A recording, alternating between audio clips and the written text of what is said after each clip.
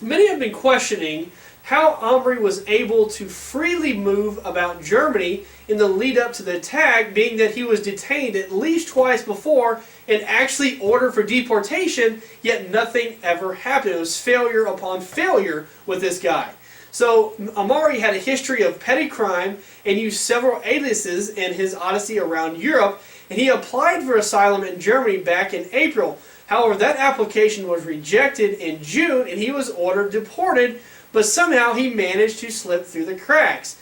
Now, many are blaming Germany's decentralized political system. So power there is spread over 16 states, and police, judicial, and migration officials have distinct spheres of authority. This means a lot of the time police don't share information. The reason they do all this, the reason they have this decentralized thing, which obviously, like I said, having arrested him time and time again in custody, like he was released because they didn't have information or they don't have a centralized form of information.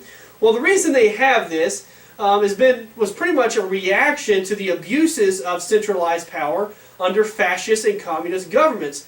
But it has frequently been criticized, and with a new focus on terrorism, both politicians and ordinary Germans are again clamoring for change. And when the Germans are clamoring for change of a more centralized government, that gets pretty scary in a lot of ways. So in other words, what this might mean is that these attacks could lead to a more right-wing centralized form of government in Germany, which is the last thing anybody needs. We don't want the right wing rising up in Germany. But it is attacks and problems like this that lead people like Hitler getting elected. I mean, the German people feel they are being trampled upon by foreign forces and have no support from a weak government who doesn't even listen to them. I mean, they're also tired of hard-working Germans paying for other countries' mistakes from the EU and its open borders. This is a threat to the hard-working German family. They're seeing this every day. They're seeing the threats of their tax dollars going up and being paid to Germany. They see the attacks from these outside forces, and that starts to weigh on the German people. So, their answer to that could be to elect a strong leader who finds a scapegoat. So with Hitler, it was the Jews. Now it might be the Muslims, who promises to restore rightful order to the Germans, and it sounds pretty good to them. They find a leader who possibly writes a book about the struggle of living in a country with weak leadership and dangers of Muslim immigrants. He or she will talk about his or her struggle, or in German, Mein Kampf. Does that sound familiar? This is how things rise. This is how things like that get started, is because of weak leadership. And it's a very, very dangerous concoction, especially when you start talking about Germans. And Merkel needs to do something fast if she doesn't want to see this happen. Now, don't get me wrong. I want to see Merkel gone more than anybody. She's an extreme weak leader. Like I said, she's going to be responsible for something like this. But they don't need to replace her with a right-wing German nationalist. But that is the path they are on. History, it tends to repeat itself because people never change. We are the same as the Romans were 2,000 years ago. We are the same minds. We're the same exact people. We have the same urges, the same desires, the same ambitions. Therefore, history will always repeat itself.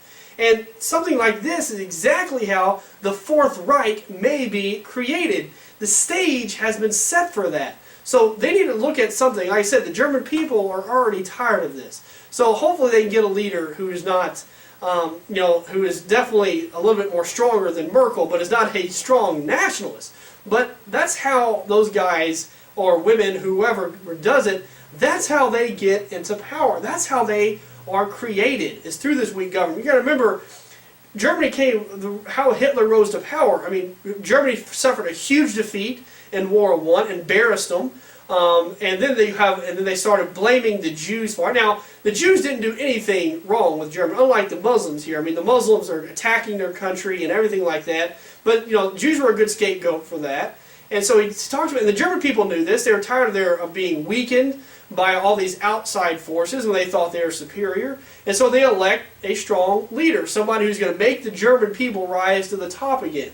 And you see this, like I said, the German people were downtrodden, and they were attacked upon time and time again by the international community.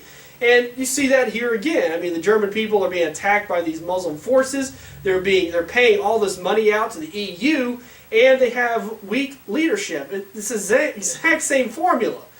So in order for us to not repeat history, we have to learn how to prevent someone like Hitler from coming to power again, because, like I said, the stage is being set right now. So what they need is hopefully a strong leader that can bring, like I said, Germany together, but do it in a way that, like I said, is not far right or nationalist. There's a healthy amount of nationalism, but the Germans, they always go crazy with it. You know, you don't want a German nationalist getting into power, because you know, you get a German nationalist, they start going crazy. Happened in World War I, happened in World War II. That's just the way they are. I guess it's just within them to want to become and conquer everybody when they do that. So we need to avoid that, and like I said, keep an eye on that, because the stage is definitely set for something like that to happen. All right.